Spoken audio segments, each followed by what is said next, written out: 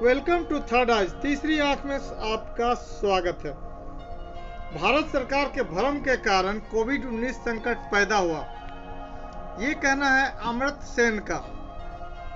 Nobel पुरस्कार से सम्मानित अर्थशास्त्री अमर्त्य सेन ने कहा कि भारत सरकार ने भ्रम में रहते हुए कोविड-19 को फैलने से रोकने के लिए काम करने के बजाय अपने कामों का श्रेय लेने पर ध्यान केंद्रित किया।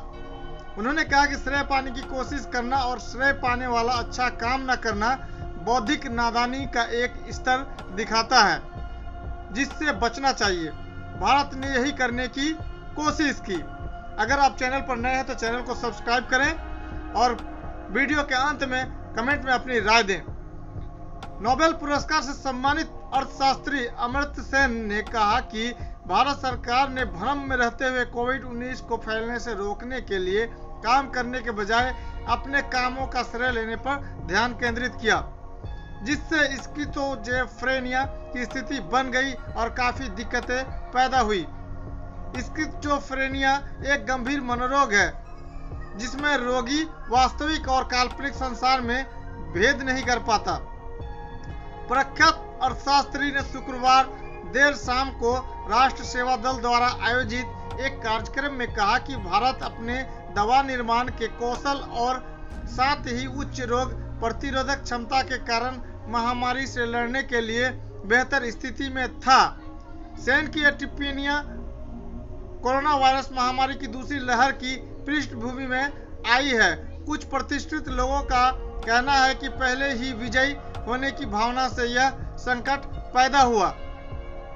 सेन ने कहा कि सरकार में भ्रम के कारण संकट से खराब तरीके के निपटने की वजह से भारत अपनी क्षमताओं के साथ काम नहीं कर सका।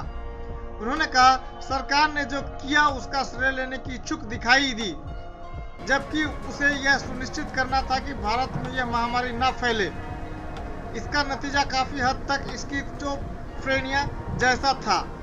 हार्वर्ड विश्वविद्यालय में अर्थशास्त्र और दर्शन शास्त्र के प्रोफेसर सेन ने 1769 में एडम स्मिथ के लिखे एक लेख के हवाले से कहा कि अगर कोई अच्छा काम करता है तो उसे उसका श्रेय मिलता है, और श्रेय कई बार एक संकेत होता है कि कोई व्यक्ति कितना अच्छा काम कर रहा है। सेन ने कहा, लेकिन श्रेय पाने की कोशिश करना और श्रेय पाने वाला अच्छा काम न करना बौद्धिक नादानी का एक स्तर दिखाता है, जिससे बचना चाहिए। भारत ने यही करने की कोशिश की। उन्होंने कहा कि भारत पहले से ही सामाजिक असमानताओं, धीमे विकास और बेरोजगारी से जूझ रहा है, जो इस महामारी के दौरान बढ़ गया है। उन्होंने कहा, अर्थव्यवस्था की विफलता और सामाजिक एकजुटता की विफलता महामारी से निपटने में नाकामी की भी वजह है। उन्होंने कहा कि शिक्षा संबंधी सीमाओं के चलते शुरुआती स्तर पर लक्षणों और इलाज के प्रोटोकॉल पता लगाने में मुश्किल हुई। सेन ने स्वास्थ्य देखभाल और शिक्षा के क्षेत्र के साथ ही अर्थव्यवस्था और सामाजिक नीतियों में भी बड़े सार्थक बदलाव की पैरवी की। बीते साल दिसंबर महीने में कोविड-19 महामारी से लड़ने की देश की कोशिशों पर अमर्त्य सेन ने कहा था कि भारत सामाजिक मेलजोल से दूरी रखने की जरूरत के मामले में सही था, लेकिन बगैर किसी नोटिस के लॉकडाउन थोपा जाना गलत था। उन्होंने यह बात बीते साल मार्च के अंत में लॉकडाउन लागू किए जाने के बाद करोड़ों लोगों के बेरोजगार हो जाने और प्रवासी श्रमिकों के बड़ी तादाद में घर लौटने का जिक्र करते हुए कही थी। सेन ने कहा था कि देश के विभाजन के बाद शायद पहली बार इतनी संख्या में लोगों ने पलायन किया था। कोविड-19 रणनीति के क्रियान्वयन में कहीं अधिक बुद्धिमत्तापूर्ण तर्क और मानवीय संवेदनाओं की जरूरत पर जोर देते हुए सेन ने कहा था कि भारत ने कुछ सही विचार पाए थे, लेकिन भारी असमानता की देश की सच्चाई को अनदेखा कर इसके प्रति प्रतिक्रिया को अव्यवस्थित कर दिया गया। वेलकम बैक टू तीसरी आंखें। तीसरी आंखों में फिर एक बार स्वागत है आपका। अभी जो खबर आ रही है, उत्तर प्रदेश के अलीगढ़ जिले बीते कुछ दिनों से शराब से मौत के मामले लगातार सामने आ रहे हैं। जिले में बीते 28 में से टप्पल तथा अकबराबाद थाना क्षेत्रों के कई गांवों में जहरीली शराब पीने से 36 लोगों की मौत की प्रशासन ने पुष्टि की है। इसे लेकर छापामारी जारी है। पुलिस ने बताया है कि ऐसा लगता है कि मिलावटी शराब के कारोबारियों ने कार्रवाई से डरकर अपना स्टॉक नहर में बहा दिया होगा। उत्तर प्रदेश के अलीगढ़ जिले में नहर में फेंकी गई शराब पीने से 6 ईटा भट्टा श्रमिकों की मृत्यु हो गई तथा 22 अन्य गंभीर रूप से बीमार हो गए। वरिष्ठ पुलिस अधीक्षक कलानिधि नेथानी ने बृहस्पतिवार को संवाददाताओं को बताया कि 2 जून की रात जमा थाना क्षेत्र के रोहेरा गांव के पास एक नहर में फेंकी गई संदिग्ध रूप से मिलावटी शराब पीने से बड़ी संख्या में ईंट भट्टा मजदूर बीमार हो गए। जवाहरलाल नेहरू मेडिकल कॉलेज अस्पताल के मुख्य चिकित्सा अधीक्षक डॉक्टर हरीश मंजूर ने बताया कि जहरीली शराब पीने से अब तक 5 मजदूरों की मौत हो चुकी है। इसके अलावा 22 अन्य मजदूरों का इलाज किया जा रहा है, उन सभी की हालत नाजुक है। हरीश ने बताया कि 2-3 जून की दरमियान रात को 5 मजदूरों को अस्पताल लाया गया था, जिनमें से 3 की पहले से ही मौत हो चुकी थी। रात से लेकर सुबह तक कुल 27 लोगों को अस्पताल लाया गया। वरिष्ठ पुलिस अधीक्षक नेथानी के मुताबिक ऐसा लगता है कि मिलावटी शराब के कुछ कारोबारियों ने पुलिस की कार्रवाई से खौफजदा होकर अपना पूरा स्टॉक नहर में बहा दिया होगा। उसी शराब को इन मजदूरों ने नहर से निकाल कर पी लिया, जिसकी वजह से उसकी तबीयत खराब हुई। स्थानीय लोगों के मुताबिक कुछ ईंट भट्टा मजदूर शाम को नहर में नहाने गए थे, तभी उन्हें देसी शराब के कुछ पैकेट तैरते मिले। मजदूरों ने उन्हें निकाल कर पिया। इसके कुछ ही देर बाद उन सभी की तबीयत खराब होने लगी। सूचना मिलने पर पहुंची पुलिस ने बीमार हुए सभी मजदूरों को अस्पताल पहुंचाया। इस मामले में अज्ञात लोगों के खिलाफ मुकदमा दर्ज कर मामले की जांच की जा रही है। गौरतलब है कि अलीगढ़ में जहरीली शराब से हो रही मौतों का मामला इस वक्त चर्चा में है। बीते 28 मई से टप्पल तथा अकबराबाद थाना क्षेत्रों के कई गाँव में जहरीली शराब पीने से बड़ी संख्या में लोगों की मौत हुई है। संदिग्ध रूप से यह शराब पीने के कारण मरे 85 लोगों का अब तक पोस्टमार्टम हो चुका है। प्रशासन ने जहरीली शराब पीने से 36 लोगों के मरने की पुष्टि की है। बाकी की मौतों के बारे में उसका कहना है कि मिश्रा रिपोर्ट में पुष्टि होने के बाद ही यह माना जाएगा कि उनकी मौत जहरीली शराब पीने के कारण हुई है। उत्तर प्रदेश प्रशासन ने एक पुलिस उपाधीक्षक को निलंबित कर दिया और 2 अन्य से स्पष्टीकरण मांगा है। पुलिस ने इस मामले में करीब 30 लोगों को गिरफ्तार किया है। खबर कैसी लगी? इस तीसरी आंख चैनल को सब्सक्राइब करें, कमेंट में अपनी राय दें। Welcome back to third eyes. तीसरी आंख में फिर से आपका एक बार स्वागत है। अब हम आपको जो खबर सुनाएंगे, आपको सुनकर बहुत हैरानी होगी कि गुजरात सरकार जबरन धर्म परिवर्तन के खिलाफ 15 जून से लागू करेगी विधेयक, यानी कि एक नया कानून फिर से गुजरात में लागू होने जा रहा है।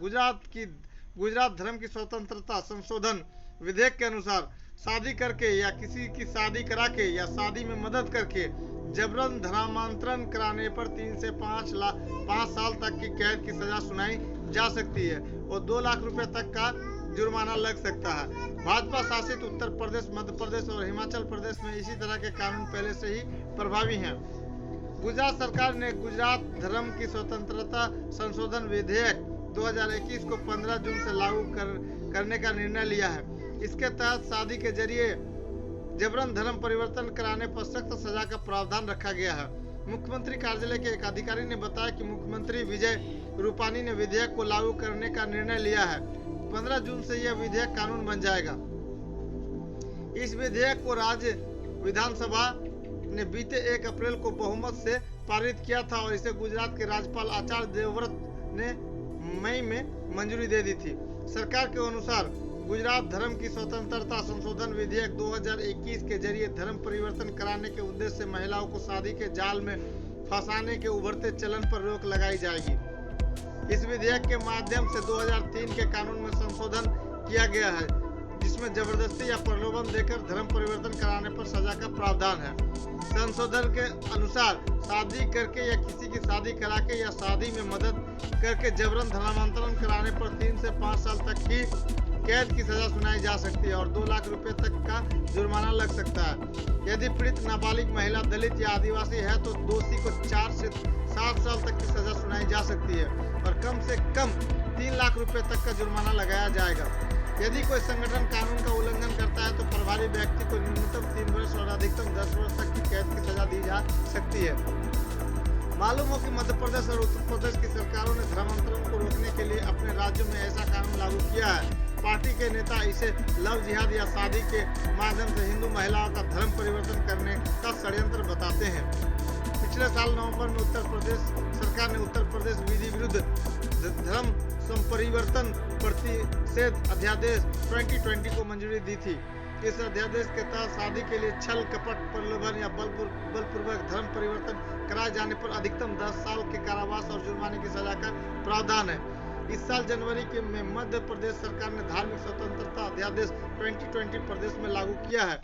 इसमें धमकी, लालच, जबरदस्ती अथवा धोखा देकर शादी के लिए धर्मांतरण कराने पर कठोर दंड का प्रावधान किया गया है। इस कानून के जरिए शादी तथा किसी अन्य कपटपूर्ण तरीके से किए गए धर्मांतरण के मामले में अधिकतम 10 साल की कैद एवं 50,000 रुपये तक के जुर्माने का प्रावधान किया गया है। इसके अलावा दिसंबर में भाजपा शासित हिमाचल प्रदेश में जबरन या बहला फुसलाकर धर्मांतरण या शादी के लिए धर्मांतरण के खिलाफ कानून को लागू किया था। इसका उल्लंघन करने के लिए 7 साल तक की सजा का प्रावधान है। खबर कैसी लगी, चैनल को सब्सक्राइब करें, कमेंट में अपनी राय दें। आपका दिन शुभ रहे और शादी से पहले इस खबर को जरूर ध्यान में रखें। Thanks audience, thanks listener.